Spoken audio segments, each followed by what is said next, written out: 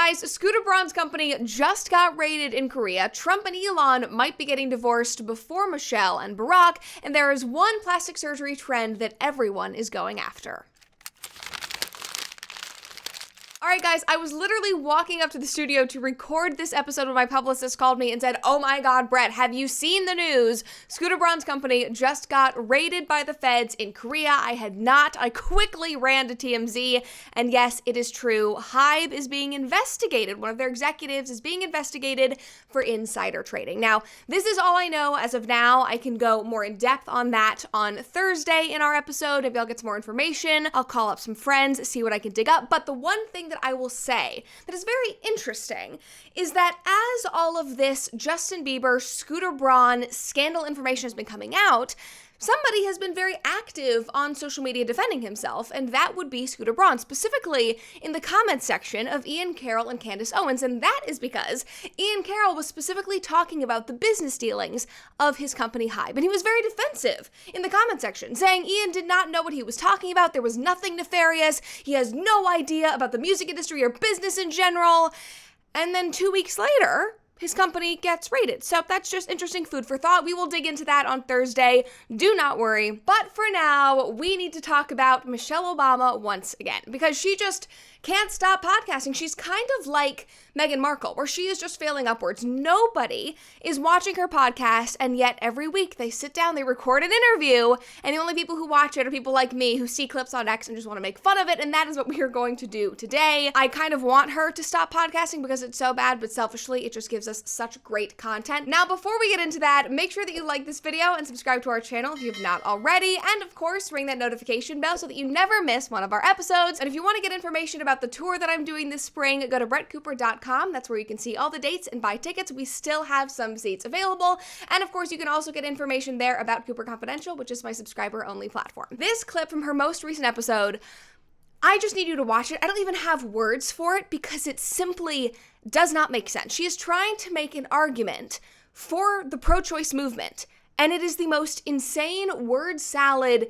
confusing mess I have ever heard. Just take a listen. So many men have no idea about what women go through, right? It's all about the we men. haven't been researched, we haven't been considered, and it affects the way a lot of male lawmakers, a lot of male politicians, a lot of male religious leaders think about the issue of choice as if it's just about the fetus, the baby, but women's reproductive health is about our life. This whole complicated reproductive system that does the least of what it does is produce life. It's a very important thing that it does. Michelle, I am also struggling to understand how any of that is connected, because you start off that statement, you have one path that you're trying to go down. You have to blame the men and the male lawmakers. They don't understand us, so therefore they can't understand the issue of abortion. They shouldn't be making decisions on behalf of our bodies. And yet you yourself don't seem to understand that our reproductive systems as women, that we are literally designed to carry children. Obviously, you don't have to carry children. You can be a woman without having children, but a woman's reproductive system, that is what it's for. Obviously, it monitors our hormones, but it all goes back to our ability to carry a child.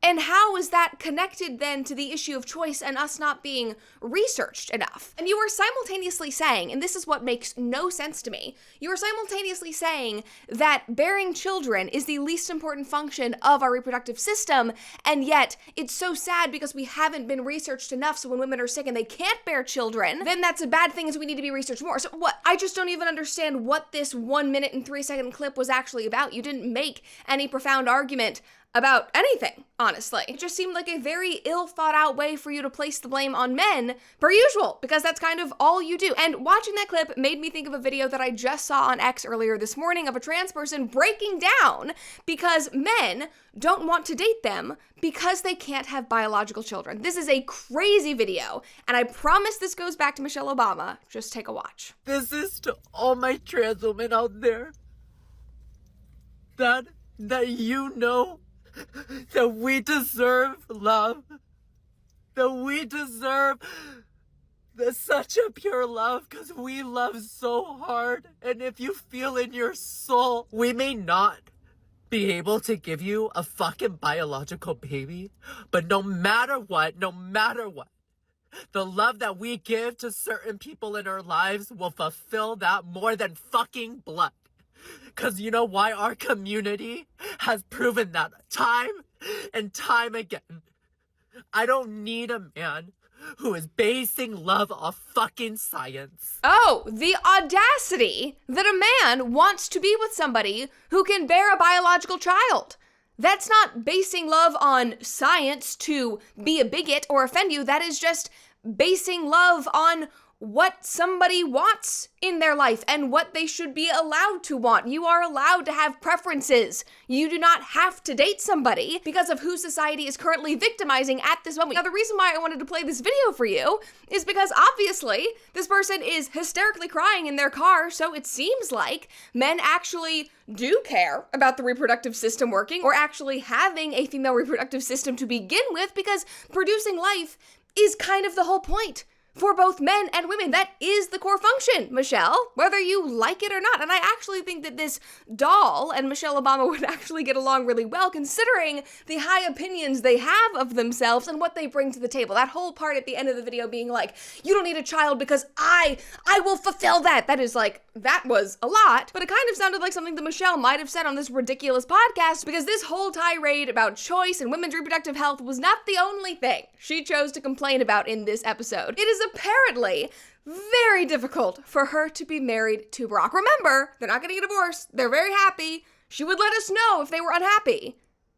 That's what she said, and here she is letting us know once again. There was a line of people waiting to shake hands with our respective husbands, Okay. you know, people like reaching over our heads and spilling water on us, trying to get to these two, you know, illustrious men, you know, and she had the same look on her face as I did. Like, here we go. I have never seen a more ungrateful, out of touch woman. Seriously, like, Michelle, you married Barack Obama, who became the president. You are telling a story about your husband greeting his fans. At one point, this man was the most famous person in the world. He was the president of the United States of America. And you're sitting here rolling your eyes over Americans wanting to meet him. You knew what you were getting into. Obviously, you didn't choose to run, but he did.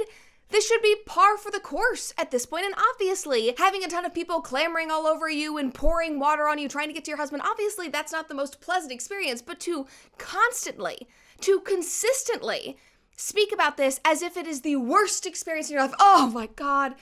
It was just, come on, they want to see our husbands. Yes, obviously, they want to meet your husband. They're not really interested in meeting you. You weren't the president. And I really think that all of this goes back to a general insecurity or jealousy over the fact that Barack is more famous than she is. There was another clip on her podcast recently where she was talking about something similar, where she was like, I should be respected. I have all of these things to say and people aren't inviting me to speak. It was something like that. But per usual, there was no gratitude, no hope, no positivity whatsoever. And speaking of that, as I was pulling these clips, I saw this incredible repost on X from a former fan of Michelle's. Just hit the nail on the head perfectly. This guy said, Michelle Obama needs to stop this podcast of hers. She is destroying her brand. The more that she speaks her truth, the more harm she does to herself. I always thought she was smart, but I'm not so sure about that. She hates everything, it seems. She is not a happy, joyful person or fun. No, she's not. Like, again, I keep saying this, no wonder she and Barack are never seen together. No wonder there are speculations that there is trouble in paradise when this is the person you have to wake up next to every single day. Now, speaking of trouble in paradise, there seems like there's an even bigger breakup that is happening in the DC Politico world,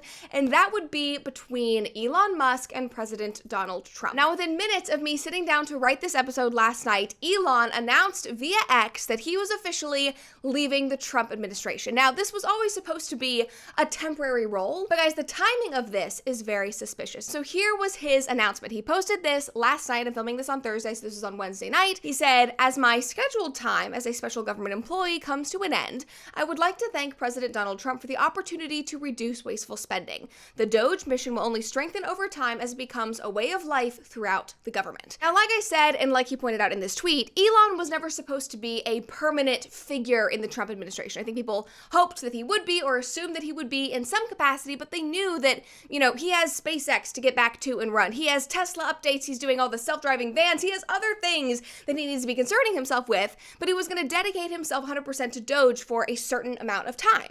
And so he's saying in this tweet that that scheduled amount of time has now come to an end. But interestingly, it comes exactly one day after he went on television and did a bombshell interview where he criticized President Trump's big, beautiful bill. Just take a listen.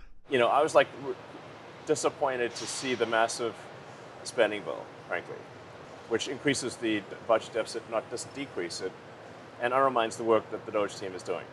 I actually thought that when this big, beautiful bill came along.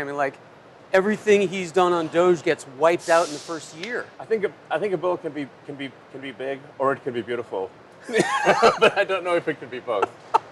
My personal opinion. And that really is the perfect way to say that. And you can see that there is so much else that he wanted to say. In that entire interview, he's kind of holding himself back. And that is not something that Elon Musk usually does. He basically just blurts out whatever he wants to say. And in this interview, he's like, unfortunately, that was not what I wanted to see. And listen, in my opinion, Elon is not wrong about this. The big, beautiful bill is supposed to be Trump's, pièce de résistance. I can never pronounce that, so hopefully I pronounce it correctly. But he has basically shoved everything he wants to get done into this bill.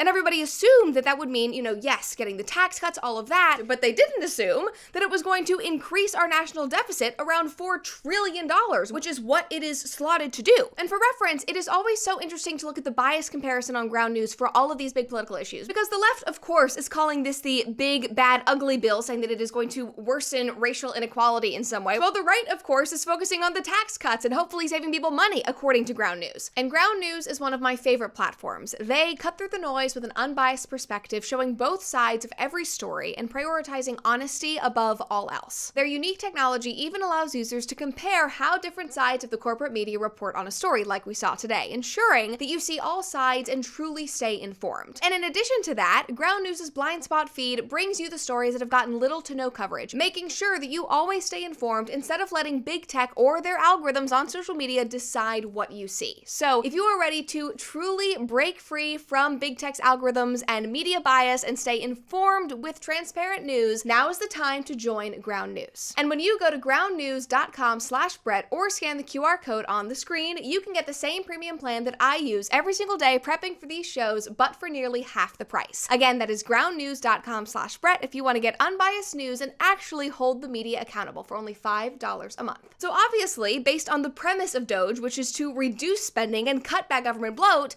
Elon Musk is not going to be happy about this. And his announcement that he was leaving the Trump administration came the day after this interview. And Elon is not alone in his opposition to this bill. A lot of Republicans are against it. For example, this was Rand Paul's response to that video. He said, Elon Musk is right. The House's version of the One Beautiful Bill would explode the debt by $4 trillion, undermining all the cuts DOGE has made. There is nothing beautiful about that. And per usual, because I think he is the most principled politician in our government, Thomas Massie is also against it. This is what he had to say. This bill dramatically increases deficits in the near term, but promises our government will be fiscally responsible 5 years from now. Where have we heard that before? How do you bind a future Congress to these promises? This bill is a debt bomb ticking. Very soon, the government will be paying $16,000 of interest alone per U.S. family. And what are we telling them? Instead of taking care of that problem, we're going to give you a $1,600 tax break. I mean, it's just so ridiculous. A lot of that should be common sense. And unfortunately, Thomas Massie has gotten slammed for this opinion. I mean, for the last month, he has basically been public enemy number one in the Republican Party in DC. Trump has been going after him, unfortunately, which makes me so sad because I love Trump, but I'm also I am a ride or die for Thomas Massie. And because Massie has spoken out against this bill and said, hey, this is not doing what you promised the American people that we would do, Trump was like, no, we're going to primary you. I mean, it's just so ridiculous. And yes, obviously, the big, beautiful bill, it has some great things in it. It gets rid of tax on tips. It is slimming down the Department of Education to basically nothing, which I obviously want to happen. It prohibits taxpayer-funded sex changes for minors. It removes 1.4 million illegal immigrants from Medicaid. There are so many great things in there. but it still increases our deficit by $4 trillion. We are not in an economic position to do that. But even more importantly, we voted against that. We gave the president a mandate saying, fix our economy, cut down government. We want Elon Musk to go head DOGE and slash everything. And it's been so funny to see the left screech and go, we didn't elect you. You might not have. I certainly did. I saw him campaigning. I saw him jumping for joy on the Trump stage at all of those rallies. I was like, that is the guy I want. I want him to cut all of this. And none of it is being codified. Instead, we are just spending more. And so obviously, Elon is going to be upset. He's going to speak out. He's going to go, why am I even here? Obviously, principled politicians like Thomas Massie are going to be against it, like Rand Paul, Ron Johnson. And so many Americans who voted for Trump are going to feel the same way. One guy on X put it perfectly, and he said, one of the only policy items that Americans agree on, 78%, and Republicans even more so, 91%, is that reducing deficit is a priority. This bill expands the deficit. I don't see how you can frame this as a conservative win. Like, just because there are things inside of the bill that we want, that we desperately want, does not mean that the entire thing is a net positive. Because right now, that might be exciting. Right now, we might be getting what we want, but think about the impact of this in 5 years, in 10 years. You cannot judge a policy based on the intentions for it and the feel-good, ooh, yay, we got a couple policy wins. You have to judge it for its outcomes. What is that going to look like for us in 10 years? For our children? That is what I'm concerned with. That is what Elon Musk is concerned with. So I don't know how much trouble in paradise there is. I don't know if this is just kind of a coinkydink that he was supposed to walk away from the Trump admin at this exact time, and it just so happened to be when all of this was happening, or maybe he just said, hey, I'm throwing in the towel. I have no idea. If anybody has any insider information, you can drop a line. I would love to know. But the point that I'm trying to make is that this timing is certainly suspicious. Now, speaking of big, beautiful bills, last Thursday, we were talking about how the Democrats are investing $20 million to learn how to speak to young men. They are holing up in luxury hotel rooms, allegedly, trying to figure out a strategy to reach young men. And it seems like they have finally emerged from these hotel rooms to put their ideas, their $20 million ideas, into action. And let me just say once and for all, they have learned nothing. They have learned nothing. I think that we can already say they have wasted this money, because what is coming out of Democrat politicians and Democrat operatives, activists right now, it is so ridiculous. But don't worry, guys, that shouldn't matter, because Pete Buttigieg is leading the charge. He is ready to save the Democrats, and this is how he's gonna do it. Take a listen. Of course, we should be talking about how, if Speaker Johnson got his way, it wouldn't be possible, not just for gay people to get married, but for straight people to get divorced, let alone like birth control, or how he would want to regulate porn, or whatever most people would have a problem with. So guys, that comment was in a broader conversation about reaching young men.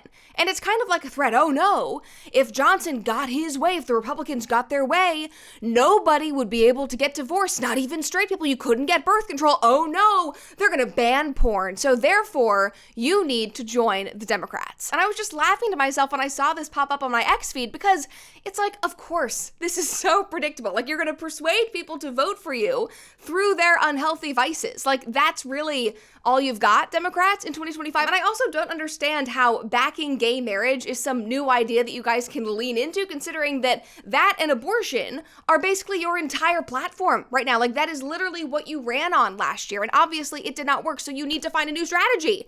And if this is the strategy that came out of the $20 million, then I really do not know what to say. And it really does seem like these talking points are coming from somewhere, because these are not unique ideas coming from Pete. Like, I think these are actual talking points, especially considering that this is what the current DNC chair, David Hogg, said recently on Bill Maher's show. He said that young people should be able to, leave politics behind and focus on what young people should be focused on, which is how to get laid and how to go and have fun. Really, guys, like, all you can think about is sex. All you can think about is politics and sex, and that is all you want young people to care about? Like, no, actually, we do inherently care about more things than just having fun and getting laid. But what do I know? Maybe this will be a winning strategy for men. Who knows? You guys can sound off in the comments and let me know if this is persuading you in the slightest. But if Pete and David Hogg, if they don't reach you, don't worry, guys, because there is yet another soldier who is coming to get you, and she claims that she knows all about what you want. Take a listen.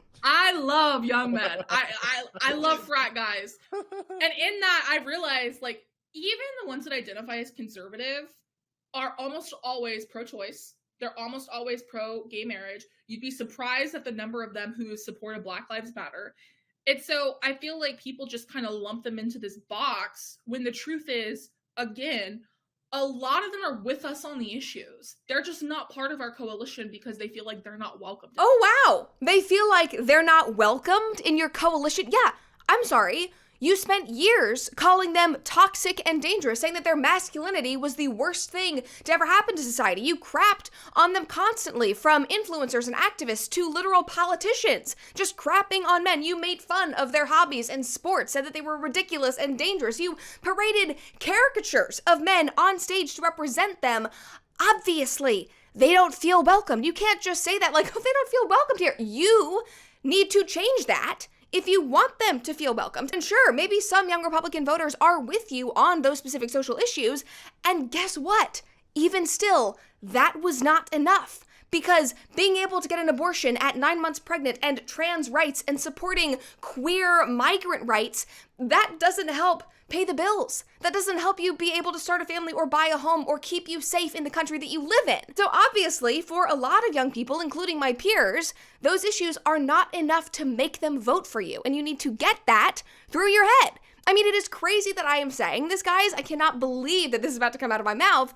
But it seems like Jake Tapper is the only person, the only Democrat who understands why they lost the vote. And here is what he had to say. I went on a left-leaning podcast that shall remain nameless, and we were talking about my kids, because I think they were both people without kids. And they asked me about my son, and I said he was, he's a football player, and he wants to be a policeman. And their joke was about my 15-year-old son, oh, how does he feel about minorities? Like the idea that he wants to be a policeman, therefore he's racist, my son. Like my football-playing son, who has no political views. He's 15. He thinks about World War II and gaming and playing linebacker. That's his world. You're deciding he's a racist because he wants to be a cop. And why does he want to be a cop? He wants to be a cop because he wants to help people, and he thinks that's the best way he can help people. And that's how the Democratic Party talks to men. Guys, he solved it for you. You don't have to spend $20 million. You just don't need to crap on them 24/7. You don't need to emasculate them. You don't need to make fun of their jobs or their hobbies or their sports. You don't need to claim that everything is racist, which still is happening, obviously, in 2025. We're going to talk about that a little later. Those are some really simple things that you can be changing right now. And you're welcome to pay me $20 million because I told you that, but that's free advice. You should be able to go on social media and realize that those are things that you need to change. Now, in addition to solving all of those problems, I also think that you have an attractiveness problem in the Democrat Party. Like maybe these young men are voting Republican because the women are just hotter. They are so hot, in fact, that quote-unquote Mar-a-Lago Face is now the most in-demand plastic surgery request. That, my friends, is a fact. New York Post published this week. Mar-a-Lago Face is now the most in-demand plastic surgery. A doctor reveals who everyone is requesting to look like. The article reads, forget Instagram face, thank God. Everyone now has the Mar-a-Lago Face, a curated blend of full lips, chiseled cheekbones, wide eyes, and smooth, taut foreheads that never wrinkle in worry. Rowe said that his Palm Beach office now sees up to 15 people a day, mostly chasing the same look, Ivanka Trump's face. I mean, who can blame him? She is stunning. Who would not want to look like her? Her skin is flawless because she probably eats good rancher's steak every single day. By the time this episode ends, another family farm will have shut down in America. Not because they stopped working hard or trying, but because grocery stores aren't buying from them anymore. Instead, they're buying from overseas, where safety standards are different and truth in labeling is optional. But you won't hear about that in the headlines. You won't see any labels that say raised overseas, packaged here, and yet that is exactly what you're buying in grocery stores. In fact, over 85% of grass-fed beef sold in U.S. grocery stores is imported, and most shoppers still have no idea. Now, unlike imported meat, all Good Ranchers products are 100% born, raised, and harvested harvested in the USA from local family farms. Every box that you order supports the people who have spent generations upholding the legacy of American ranching. And Truly Good Ranchers is some of the best meat that I have ever had. And whether you are grilling their beef, chicken, pork, or wild-caught seafood this summer, you will taste the difference, I promise you. And by the way, that kind of quality is exactly why I'm getting my Grill Master father-in-law their King Cut box this Father's Day. This is a new thing that Good Ranchers has rolled out. It is filled with thick-cut ribeyes, thick-cut New York strips, and fillets.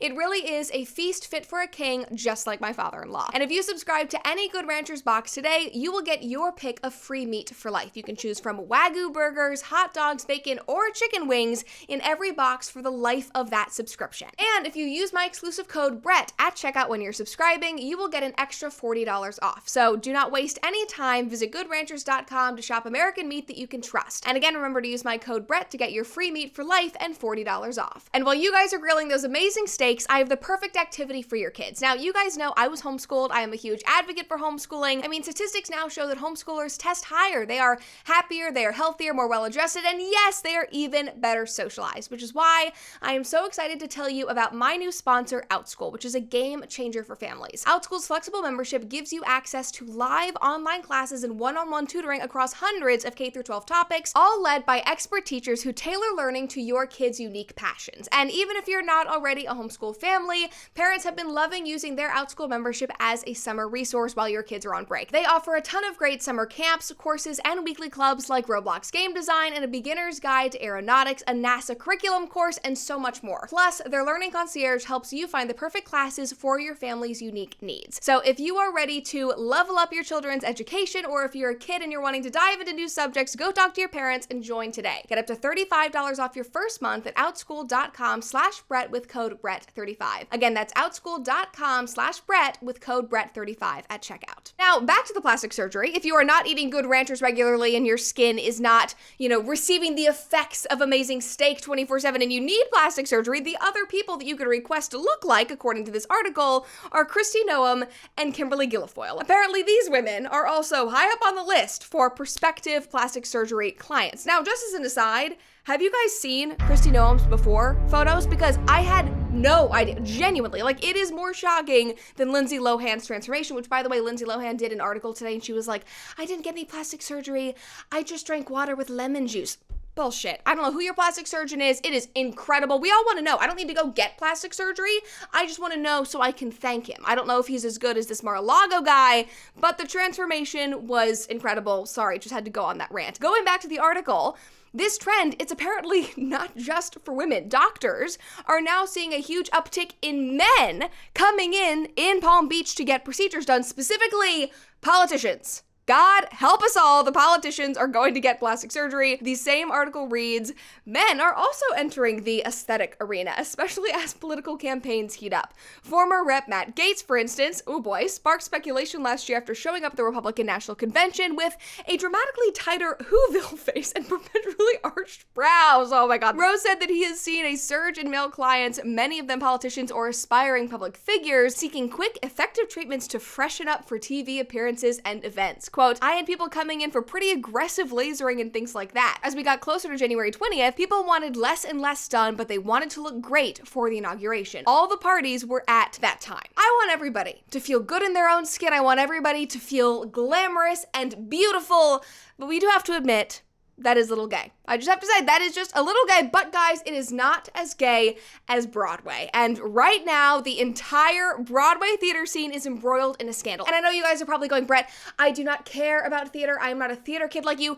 I just want you to stick with me. I want you to give me 10 minutes to tell you why you need to care about these insane people on Broadway. Okay, because it is divas against divas. There are allegations of racism. We have like social virtue signaling ideology mixed in here, and it all goes back to a woman named Patti LuPone. Now, if you are not a theater kid, Patti LuPone is an icon. She kind of has a torrid history for the reasons we're going to talk about today, but she started musicals like Gypsy. She has been on Broadway like 28 times. She's won multiple Tony Awards. I think she's probably in her 60s or 70s now, but she is a Broadway icon. And Patti LuPone recently, as in like just a few days ago, did an interview with The New Yorker, and she was talking about, kind of retiring, what her life is like now, and how she basically hates everybody because that's kind of her whole MO. And in this interview, she ripped into one of her fellow Broadway stars whose name is Audra McDonald, and it is the most actory, dramatic thing I've ever read. Just listen to this. So the author writes, I mentioned that Audra McDonald, the Tony-decorated Broadway star, had given the video supportive emojis. Exactly, Lapone said, and I thought, you should know better. That is typical of Audra. She's not a friend. Hard D.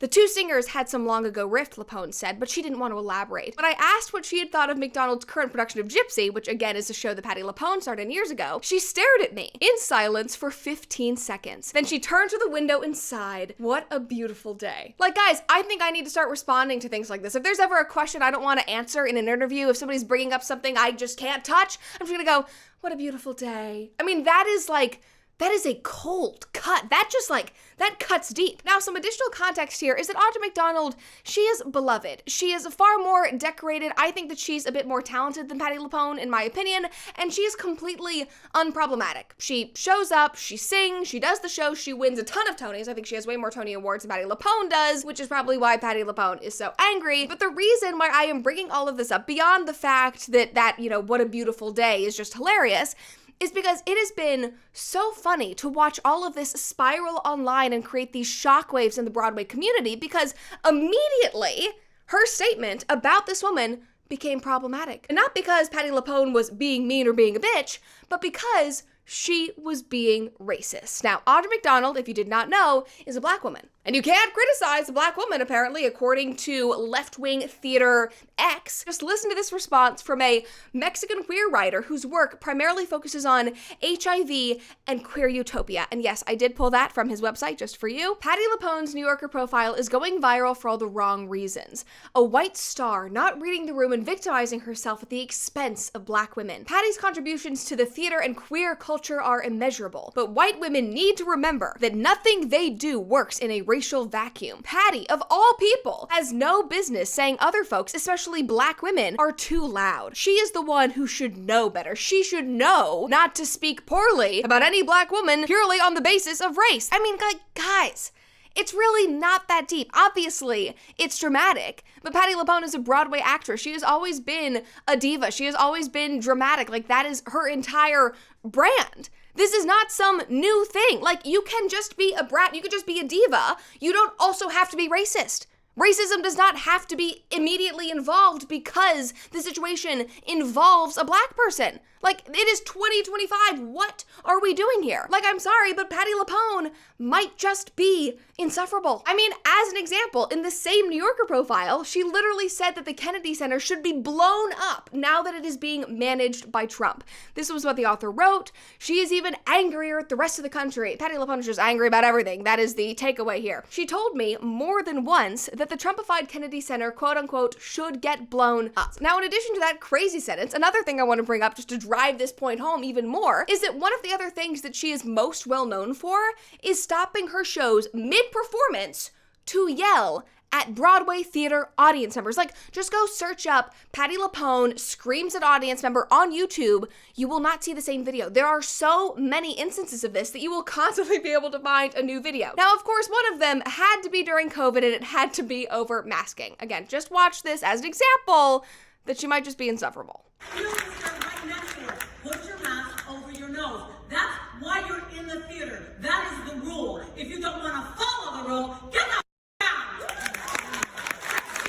I'm telling y'all, she's a peach. She's not racist, she just has something else going on. Now, my personal favorite, and then I will stop all of these examples, was years ago during a performance of Gypsy. I think it was almost 15 years ago, and she literally stopped the show, not in a Q&A panel, but stopped the show as she was singing to yell at somebody taking photos.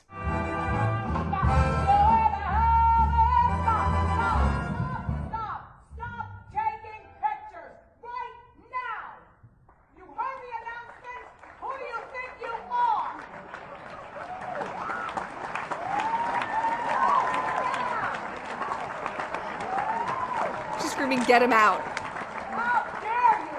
Who do you think you are? Get them out! Now, guys, the best part of this, and the reason why it is so insane, is because she is screaming, who do you think you are? Get out! It was a photographer. It was a photographer who was hired to be there to take photos of the performance. And that photographer posted this video years later on Instagram, and she said, TBT to when Patti LuPone stopped her show to yell at me. I was on assignment for New York Magazine to photograph Patti LuPone's last Gypsy performance.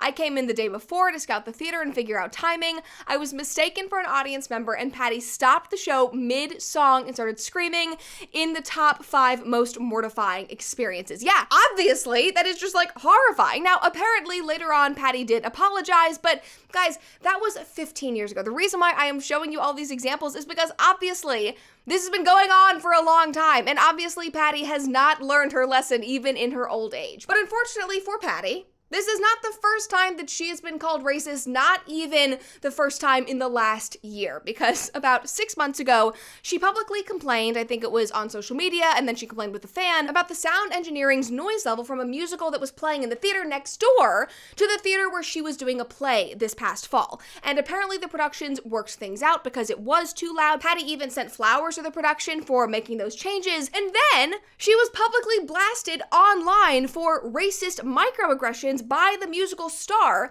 who then posted a 6-minute long open letter to Patti about how much of a racist she was. Just take a listen.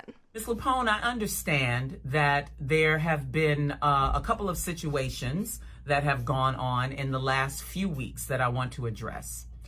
The first one is that you contacted our theater owner about changing a couple of our sound cues because you found them to be too loud. I wanted to address this because, Ms. LuPone, these actions, in my opinion, are bullying. They're offensive. They're racially microaggressive. They're rude. They're rooted in privilege. And these actions also lack a sense of community and leadership. I mean, guys, you cannot make this stuff up. Like, I don't even like Patti LuPone. I genuinely think that she is insufferable, and yet I have to defend her here because this is absurd. Like, maybe you could call her a diva for wanting people to be able to watch her serious play and not hear the music blaring from next door, but that also seems understandable, and it was fixable, and it was fixed. But making a 6-minute long open letter because you're offended? That is absurd. Like, and this entire thing was never about race to begin with. I mean, from the beginning, Patti's complaints were not about race. Her comments in the New Yorker article were not about race. Your anger is not about race. It seems like it's just about you wanting to insert yourself and feel important in this drama. And the easiest way to do that in our twisted modern society is to claim racism and then throw somebody under the bus for not doing anything. Like, maybe that annoyed you, but it wasn't racism, and it is completely disingenuous to publicly claim that it was. And so here I am being forced to defend somebody that I don't even like because it is so ridiculous. You are making a cake out of a crumb for no apparent reason. And guys, I really do think there is a positive takeaway here, and it's not for us though. It's not for us. It is for Patti LuPone, because in looking back at this episode, and this was a long one, this was long-winded, we just went on a journey together today, but Patti LuPone, I want you to know that between this actress that made the video about you, between her and Michelle Obama, you can rest easy, knowing that you are far from the most insufferable person on the planet, and this should serve as a reminder that bratty, insufferable behavior has no bounds, regardless of race. Everyone has the potential to be a diva, and no, that is not racism. Okay, that's a wrap. That was a lot of talking. Alex, have my steak. We're not rolling anymore, right? No. This is exactly what I need after talking for an hour. It's just good ranchers. This is Alex. You're watching Brett in the wild, devouring her favorite post-filming snack, an American-raised steak from Good Ranchers. It's well done, just how I like it. Brett doesn't know this, but she's actually doing one of the best ads ever for Good Ranchers and offering the best deal they have ever done. This could be you if you go to goodranchers.com and use promo code BRETT at checkout for a year of free meat and $40 off your order, which again is literally the best deal they have ever run.